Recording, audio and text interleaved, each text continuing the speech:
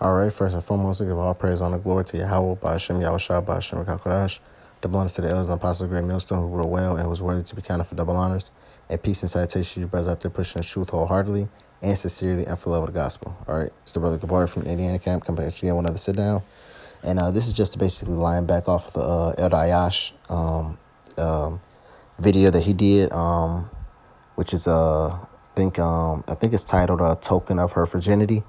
I'm not 100% sure though, but I'm basically gonna put the link to the elders video below in the description box, and because I can't play the video because I think they took the video offline or they took the video down, so I can't play the video because I don't have the video.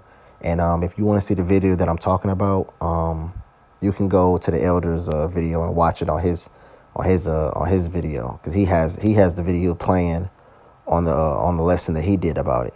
But anyways, yeah, basically the video is showing that the family, especially the mother, is celebrating that her daughter, I guess I guess her daughter was betrothed, or her daughter was I don't know, I guess, it wasn't a marriage arrangement or anything, but basically they gave her daughter off to go lie with a young man, and I guess after they did the deed, it found out that their daughter was a virgin because they put they looked like they put like maybe a shirt or some type of towel under them, and it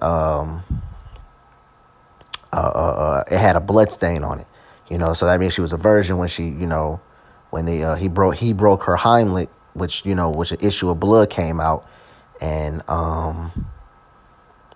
she was a virgin, and the family was celebrating, the all the sisters was happy, the mother was dancing, I think the grandmother was looking like, she was happy. The young lady, she was, smiling, happy and everything. And basically they were excited. They were excited because the young lady wasn't a whore. She wasn't a harlot or a so-called thought, if you will.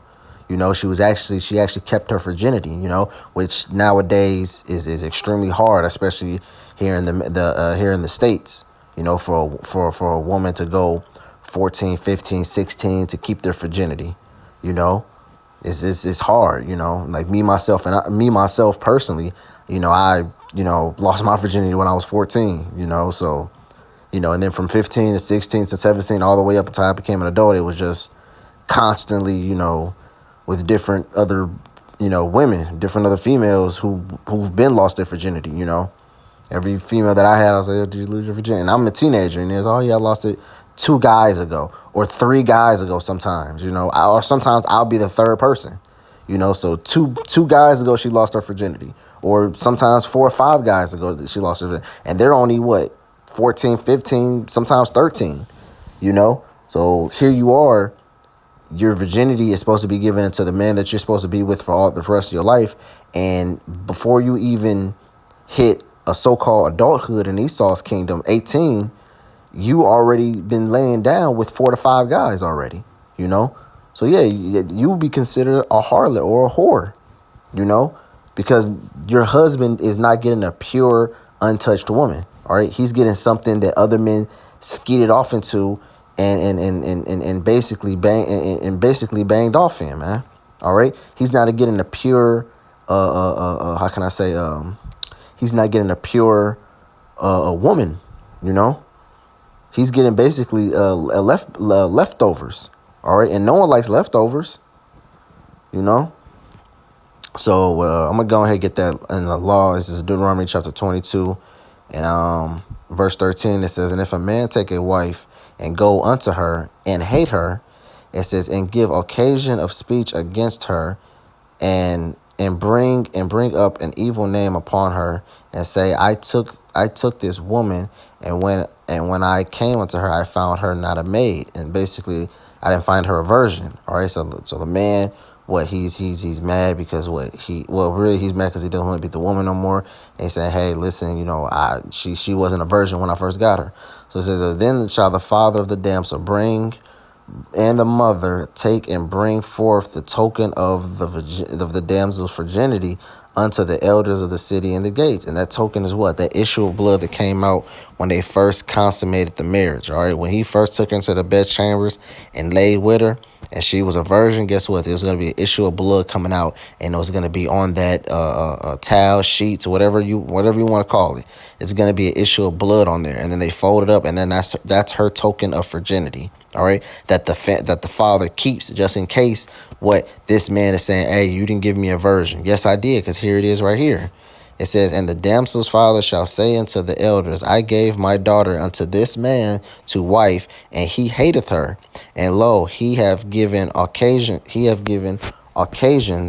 of speech against her, saying, I find not thy daughter a maid, and yet these are the token of my daughter's virginity, and they shall spread the cloth before the elders of the city, and the elders of the city shall take that man and chastise him. All right. So basically, what happened in that video, you'll see that they're parading around with the sheet or whatever, and basically you see the issue of blood on it. They're parading around with the sheet because that's a noble and that's a just thing.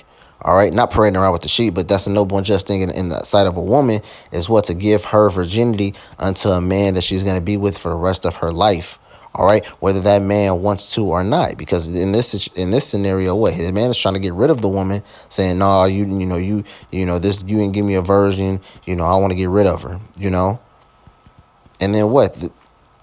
The father came because actually, like the elder said in his video, you're putting a bad reputation onto that man. You're putting a bad reputation on that man, on that man's household. Because if you're saying, oh, he didn't give me a virgin, he gave me a used up a woman that already lost her virginity, then guess what? You're gonna have other people saying, oh yeah, well, if he has other daughters, then guess what?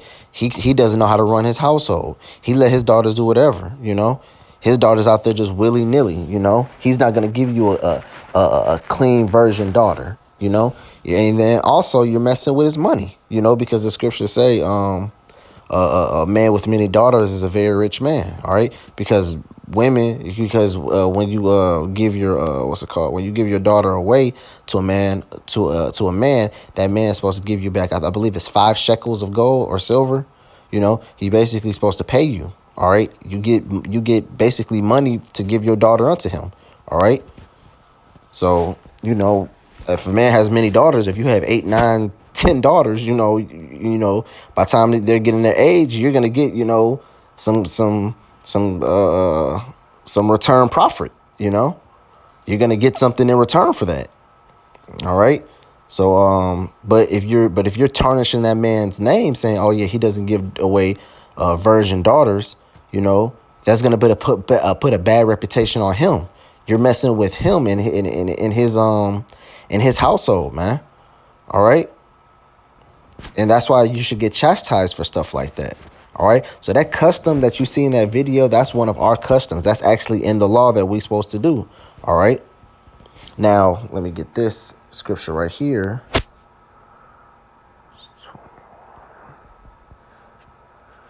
This is Leviticus chapter 21 and verse 9. It says, and the daughter of if any priest, if she profane herself by playing the whore, she profaneth her father, she shall be burnt with fire. All right. Yeah, man. See, so because a woman's virginity, it all counts on that man's household, her father's household. So if she's going out there playing the whore, then guess what? She's profaning also herself, but she's profaning also her family, her father more so, it's profaning him, which means what is put in the word profane is basically means defile. To profane, to break, to begin. So to profane, defile, pollute, discreet, begin, defile pollute oneself, So yeah, she's polluting. First of all, she's polluting herself, and then she's defiling her father's reputation, his name. All right. Now this is funny because when I read this scripture, when I watched the elder's video, and I was thinking about, he was talking about, you're defiling that man's name. Now he's gonna become a laughing stock or whatever.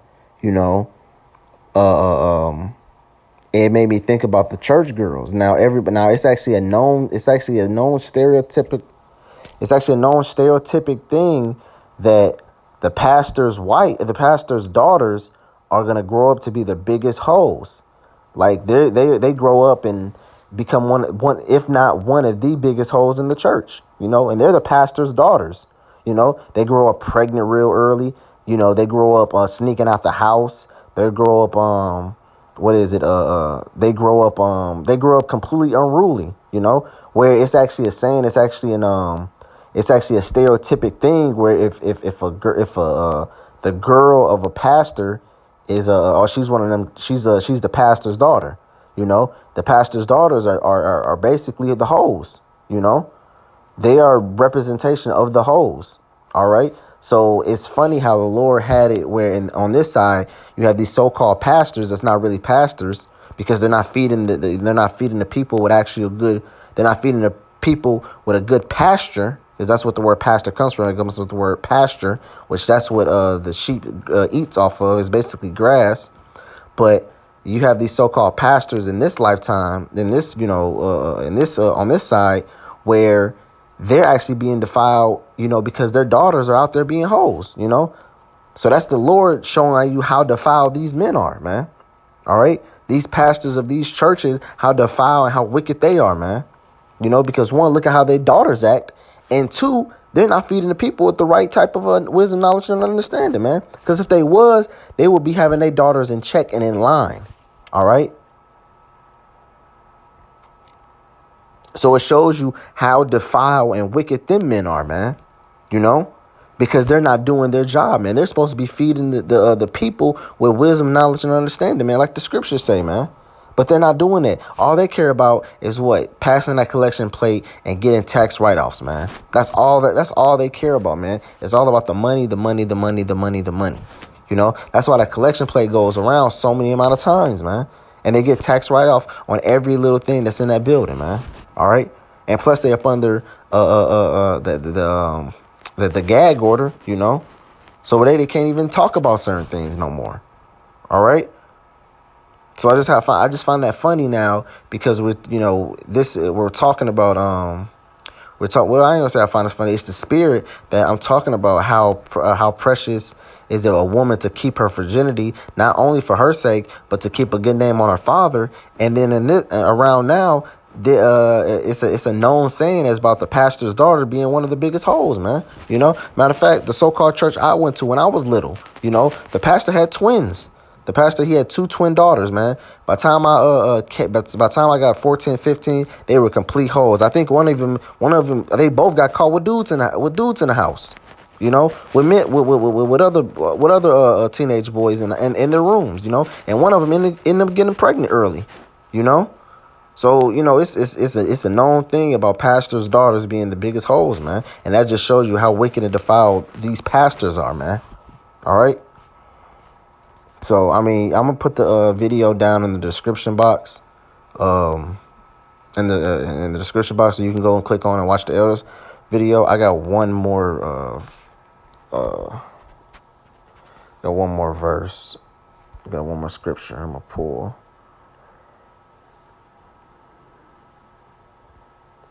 This is 1 Corinthians chapter 7 and verse 36. It says, "But if any man think that he behaveth himself uncomely towards his virgin, if she pass the flower of her age," which is what when she starts getting menstrual cycles, that's the flower of her age.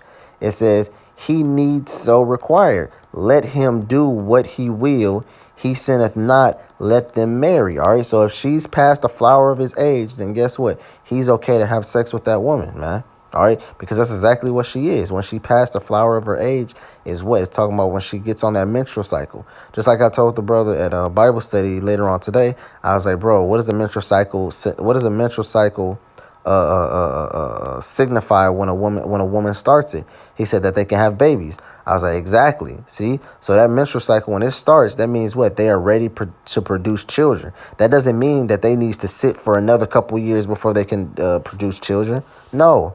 That's not how it is, man. That menstrual cycle starts when that woman is ready to produce a child. Just like when you ready to pick a certain fruit or certain things, or when the steak gets completely well done, is ready to be eaten. It's ready to be plucked, you know. You don't let that steak sit in there for an extra 30 to 45 minutes, or you don't let that apple sit on a tree when it's ready to be picked and ripe and eaten. You don't let the apple sit on a tree for another week or two. Who's to say? Only reason why Esau pushes that, oh, she has to be 18 and is because guess what? By the time she's 18, she's already used up, man. She's already been defiled because because once they become that once they become that the age, that's why you got teen pregnancies such as a high rate, and teen sex such as a high rate, because women, they can't really hold themselves when it comes to when they can't really hold themselves when it comes to that when it comes to sex, man, especially when you're young and and that's all you think about, you know they'll be burning. That's why when they go out to college girls just give it up to anybody, man, because they've been suppressed, and they've been basically up under their parents who've been watching over them. So when they go to college and they get that little bit of freedom, then what? They just giving it to anybody, man. It's extremely easy to get some box in college, man. You know. So what else I say? Yeah, that's basically it. That's all I had. Lord willing, I hope this video was edifying for you brothers. I want to give all praise, honor, glory to Yahweh, by Hashem, Yahushua, by Hashem, Kokodash. Double honors to the elders and apostles, great millstone who rule well. He is worthy to be counted for double honors. And peace and salutation to you brothers out there pushing the truth wholeheartedly and sincerely and for love of the gospel. All right, with that, shalom.